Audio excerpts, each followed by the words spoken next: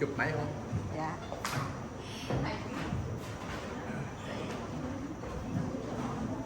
Ôi, có thầy.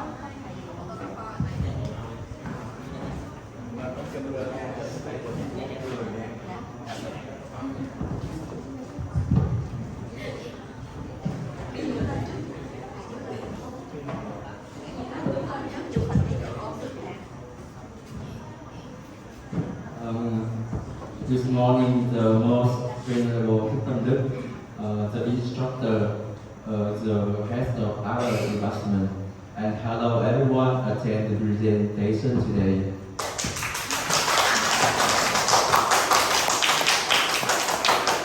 And today, our group have 6 members to presentation, and our group consists of Hiền Nguyên, Đức Phúc, and Diệu Tuệ, Liên Chân, Thọ Pháp, and Như Nhất.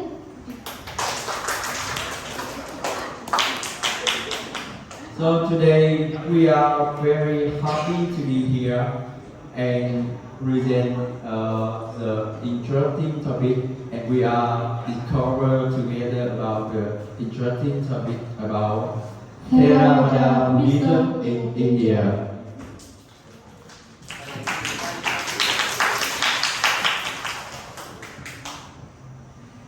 And the first part is foundation, tree, and propagation, presented by Hiền Nguyên and Đức Phúc. And the Dharma and practice presented by Diệu Tuệ. And the third part is monetary, presented by Thọ Pháp. And the university presented by Liên Chân.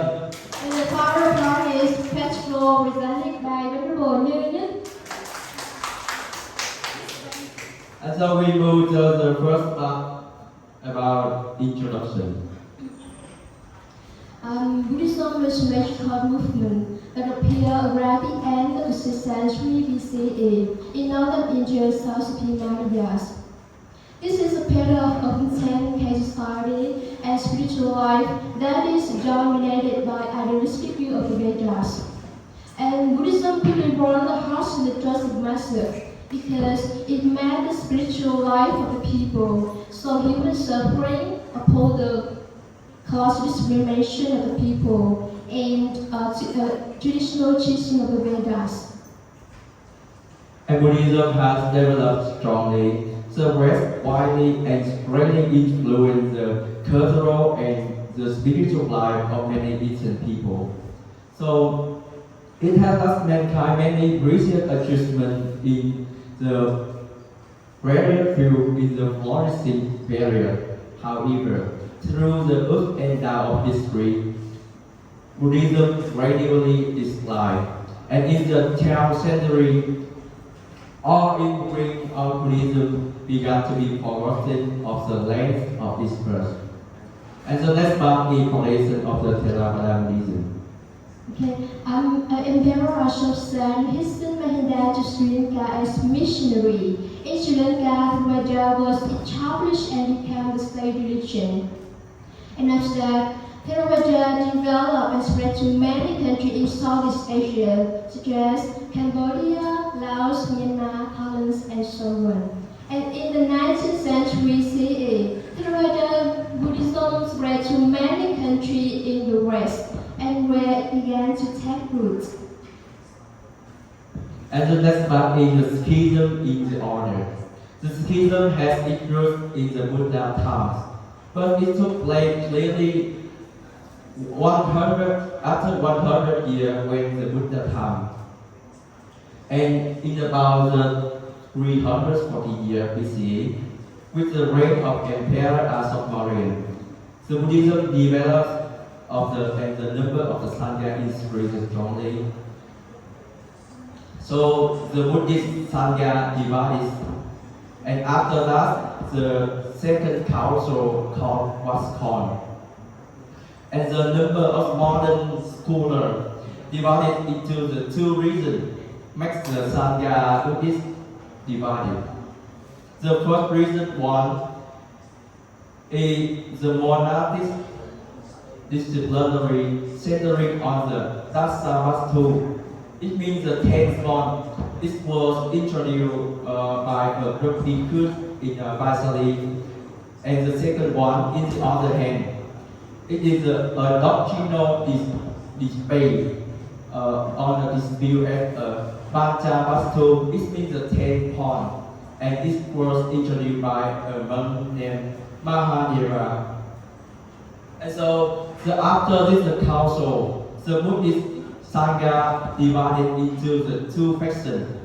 The first faction one is the Mahasanghisca. It means the great Sangha and convent by Venerable Vachibuddha. And the second one is the Theravada, and meaning the area is conveyed by the Venerable Yasa. And in the later, the development process, the two factions develop, continue to divide into the 26. And the next is the recovery process in Buddhism of India. In India, with various strategic and tradition, Buddhism gradually declined, and by the 12th century CE, Buddhism officially disappeared in India. It was not until the 19th century CE, Buddhism started to return to India, and thanks to three people, Dhamma, Ambedkar, and Cholika. Dhamma is a pioneer of Buddhist revival movement in India.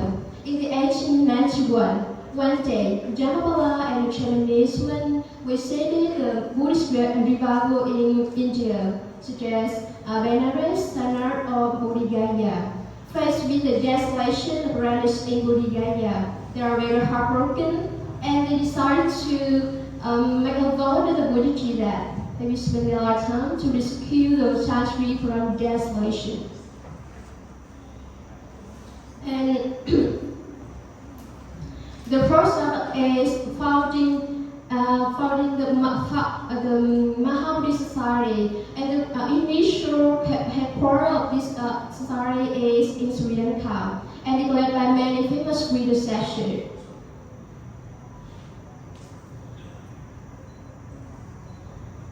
So we mentioned about the Mahabodhi Society. You can see the logo of association, the Buddha, the Dharma, and the Sangha. And it has the objective activity. The first one is to revive Buddhism in India and restore many ancient order in Bodh Gaya, Saranath, and Kusinara. And the second one is the society carry out humanitarian and social welfare activities throughout the branches in India. The next part is the policy of Mahabodhi Society. It's spreading love and benevolence of Buddhism to everyone, and it makes the eradication of class, risk of ethnic distinction in India society, and it also participates in educational welfare and teaching and spreading the Buddha teaching to all the corners of India.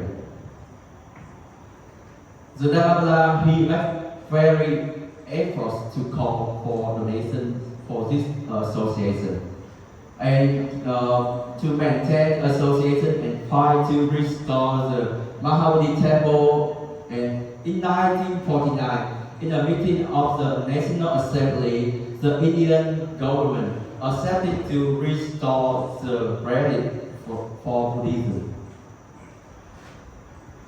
And the next is Ambedkar.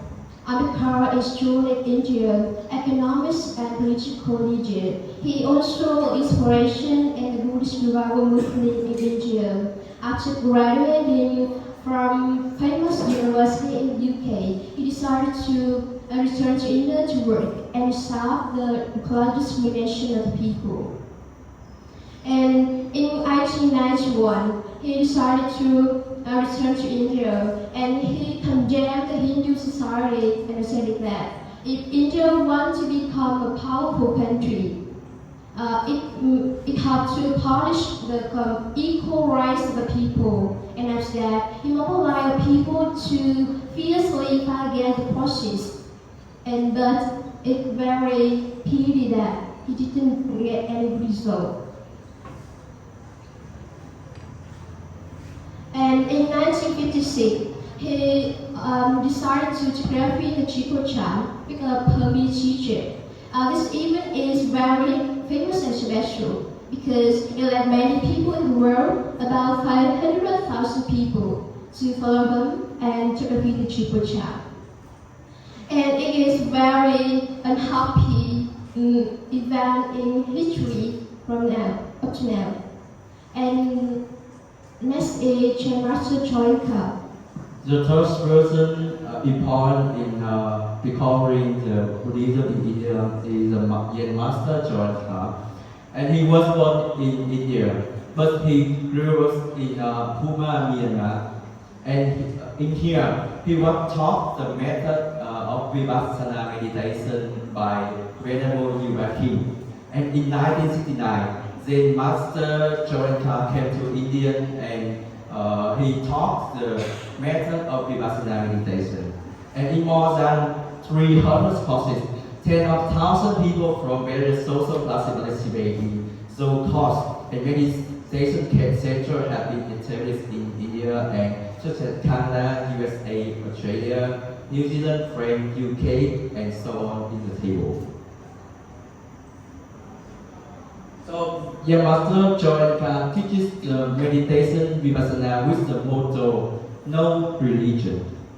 And for this reason, his meditation teaching has strongly with the attractive by religious and non-religious or words apply both sides, the religious and non-religious flow from all over the world.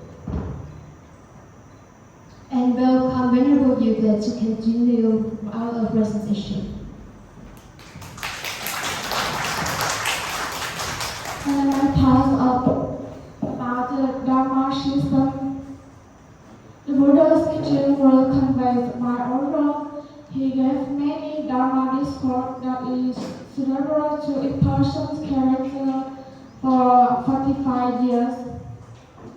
The Sangha memorized the teachings and then applied them to their daily life.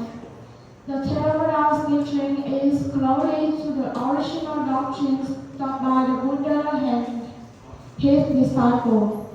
The Sangha memorized the teachings and then applied them to their daily life.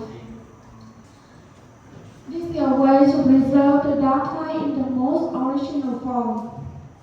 After the Buddha passing away, his teachings were replaced and rewritten by numerous holy monks into the Tipitaka with the Pali language.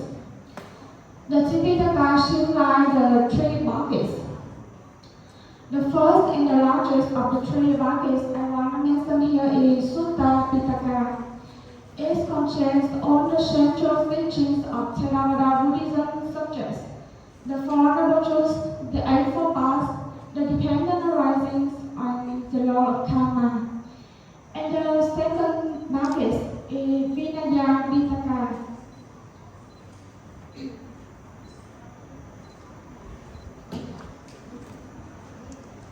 It contains the precepts of monastic life and the Buddha's solution to harmony in the last community. And the last bucket is Abhidhamma Pitaka.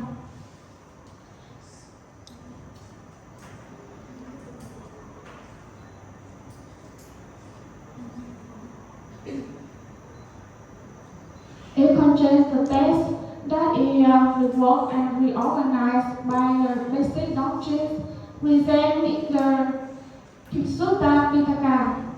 And the main part about the prophets. Theravada Buddhism emphasizes achieving self-liberation with the purpose is liberation from sufferings. In order to get the goal, meditation is the foundation and the only way to achieve enlightenment. There are two meditation methods, samatha meditations and vipassana meditations. Samatha is the earliest form of meditation. It helps meditators keep calm minds or tranquil. But the effects of samatha meditations are temporary. And vipassana meditations achieve insight into the true natures of things.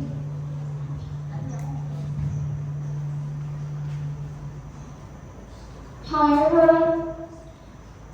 this is difficult to achieve because of human beings disturbed by their preconceptions, opinions, and past experience.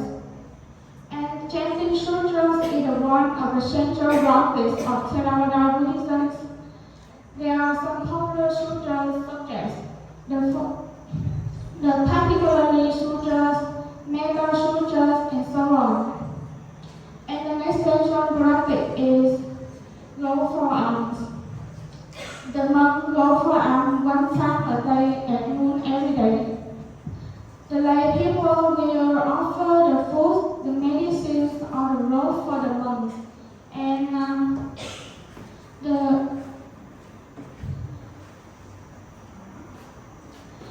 the monk give the blessings or the teachings for them. So the relationship between the monks and the lay people is very strong. Thanks for studying and practicing like this, the Theravada can get the Buddha's teaching better and then apply them to their real life in order to free from the pain and sorrows, benefiting themselves and showing people as well. And now, welcome to the next part, monastery.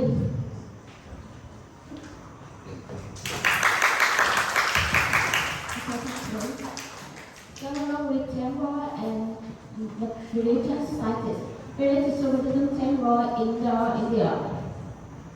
By the conference about famous Buddhism, we will witness where the Buddha went, with its historical evidences affirmed that Buddha his distinct spiritual values with his spiritual life.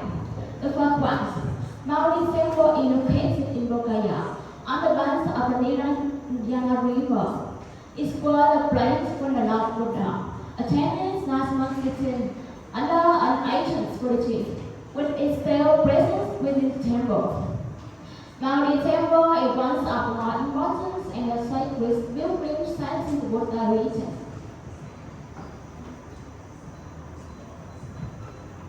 And Mahaparinirvana Temple Kushinagar. The Parinirvana Stupa is in the Buddhist temple in Kushinagar, India. The statue of Buddha in the lying position was met with the brass and sculpture. The area around the temple is surrounded by stupas and ruins of as many as 8 monasteries. And as the Ramada Stupa, a temple Kushinagar. Thus, the Dharma steppers in the text was with the world regulated in God Mahaparinirvana after his death in 483 BC. According to legends, the word Dharma made this the river from the bones of the mouth located close to it. A stupa in the west hour of place and the east, 13.8 meters high. And the Dharma Stupa is one of the most important sites in Saranas, where the Buddha preached the Dharma sermon to his first participle, led by Kandaniya. After attaining enlightenment, this event marks the formation to the Sanghas, because there has been revealed in format into the Nirvana. And the Stupa is composed of a elliptical tower like around 40 meters, and the diameter of the mouth of the formidable 28 meters. And the great stupa at Sanji was built during the reign of the Dharma protector Ashoka. It is built in the style of Buddhist cosmology. Through the 3 circles in a pillar rising, through the top of the dome, symbolizing the pillar supporting the universe. And Theravada Buddhist Temple. Theravada Buddhist Temple is one of great places to visit in Eastern India with the tranquil nature and territories. The structure of the temple is breathtaking. The temple is surrounded by lush greenery from all sides. Next is Great Messiah Temple. The temple is situated at one of the most beautiful locations in the land. It is very famous for housing the 49 feet tall statue of Lord Buddha and a religious hub of many Buddhist devotees. And the final temple, the Golden Pagoda Temple in Buddhist. This is also known as Kumuka, famous for shopping and vending for Kakena Festival, which is celebrated in the month of November. Now, Honorable turn to Princeton to continue.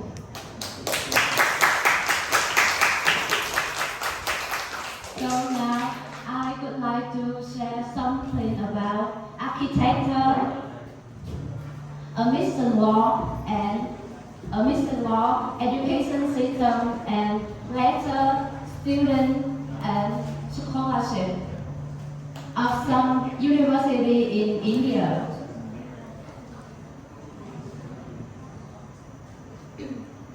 Through the many stages, different forms of education have also developed. The first form is Buddha directly taught. The second form is teaching and memorizing the Holy Scripture. And the third form, Buddhist monastery became important education center like the modern university system. So I would like to introduce the Nalanda University. In ancient India, it can be said that Nalanda University was the most famous school of Buddhist education.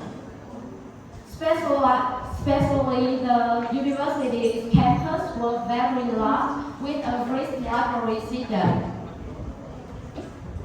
for lecturers and students. This university has more than 3,000 students. Sometimes the number of students increases 10,000. There are hundreds of lectures every day. Many famous masters come from here, like Master Deva, Giới Hiền, Huyền Trang, etc. For instance, Venerable Thích Tâm Đức, with a doctorate from the New Delhi University, and Venerable Thích Nhật graduated from here. After returning our country, they contribute a lot to development of Vietnam Buddhism. So now I would like to everyone watch this video about Nalanda Mahavihara.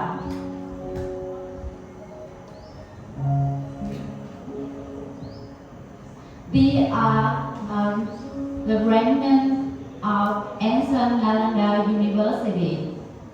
Due to the destruction of Islam in 1193,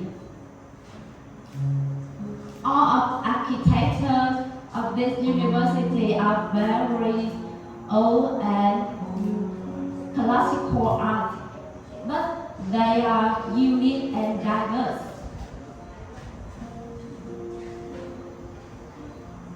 In the early 19th century, the renaissance of Buddhist education in India began the birth of Nalanda Mahavihara.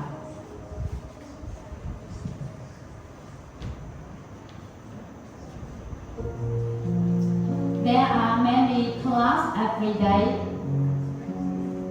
for monks and nuns and lay people. This is the main This is the main official of this school.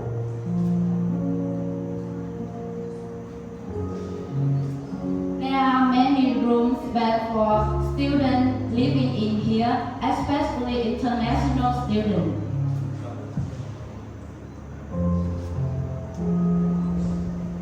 Okay, that's all outside of Nalanda University. So, I invite everyone to current training program for education purpose, promoting advanced study and research with a high standard for Buddhist students. Fully equipment with teaching and learning equipment. Some schools have Vipassana practice area for teachers and learners. High professional teachers come from many universities in India. Students consider monks and nuns, teachers, psychologists, social workers, and so on. For method of education, there are 4 programs such as Bachelor, Master, Associate Doctor, and Doctorate. In addition to Indian scholars and students, there are scholars and students from many other countries. Every year, the Indian government always offers full scholarship to support international students, including Vietnam. At the present, there are about 18 universities with faculty specializing in Buddhism, like University of New Delhi, with faculty of Buddhist studies, and University of Mumbai, Allahabad University with faculty of philosophy. Most of the architecture of university in India is very unique and diverse, especially Gautama Buddha School, whose campus is designed according to the Lotus model. So, welcome everyone in this class to watch this video about Gautama Buddha University. This school has a large campus. This is the main hall of this school.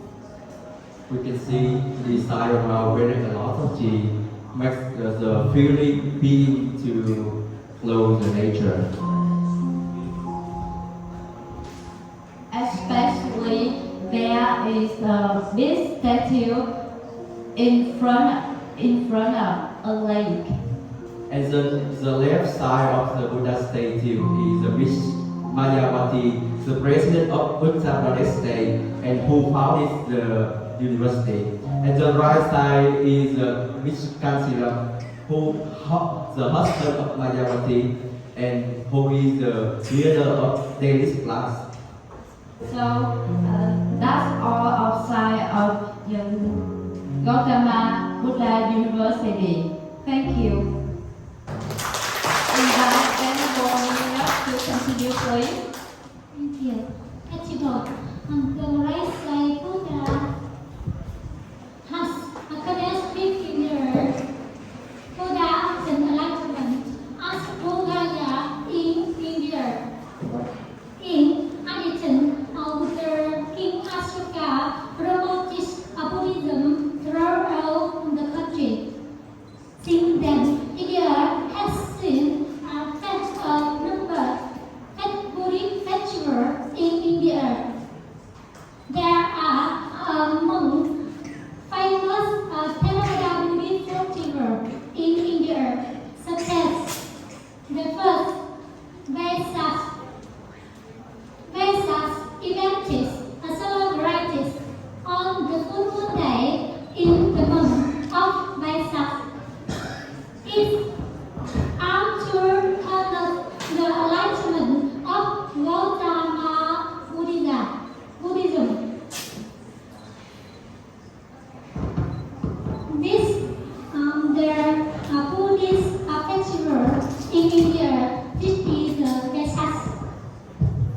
you can see the monk and nun to carry out the many states of Buddhism to parade.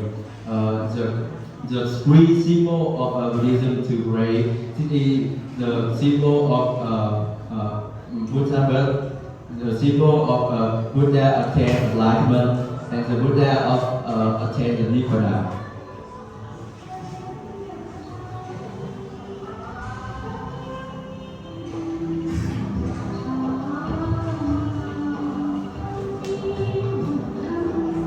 This is the Buddha statue in Mahabodhi Temple.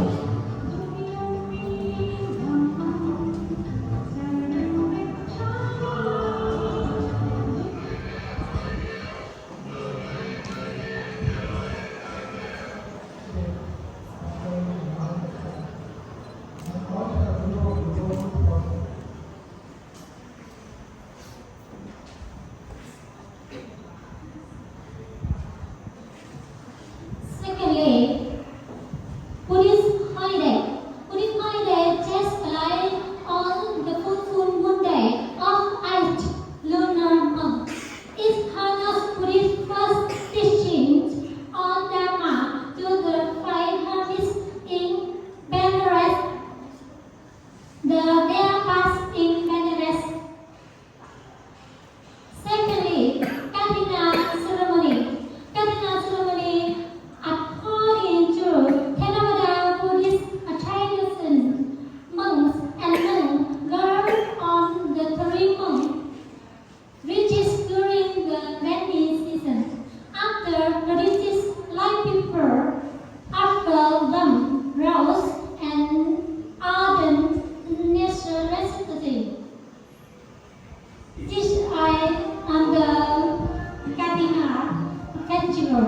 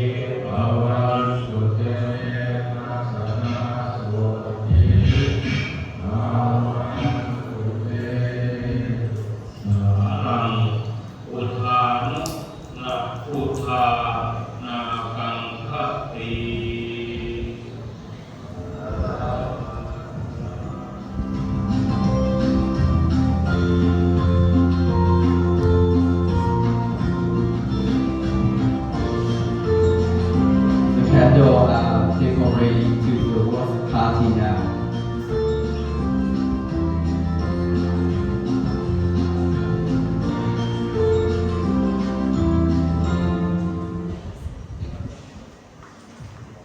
And next is Obisaka. On this day, like people make a conscious effort to keep the 5 results of the 8 results. It was the day when both lady monastics members of Sangha started to practice the Buddhist teacher and meditate.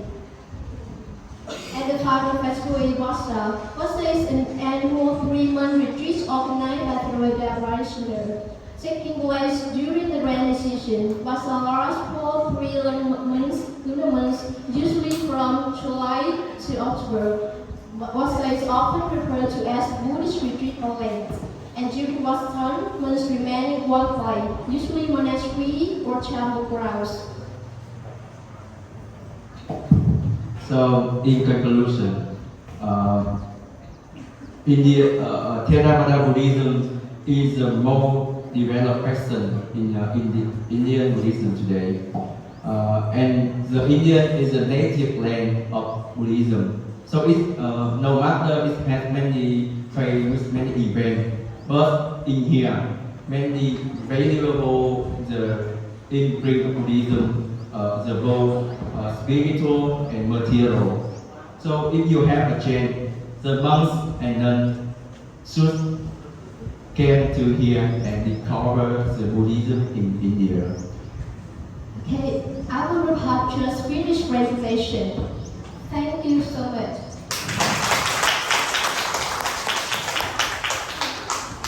Okay. Please sit down. Okay. Through your presentation, most of you speak English very well, and the content of the lecture almost are presented in most ideas in Theravada Buddhism in India. I think yes, your presentation is very good, and most of you, I think will be better and better in future.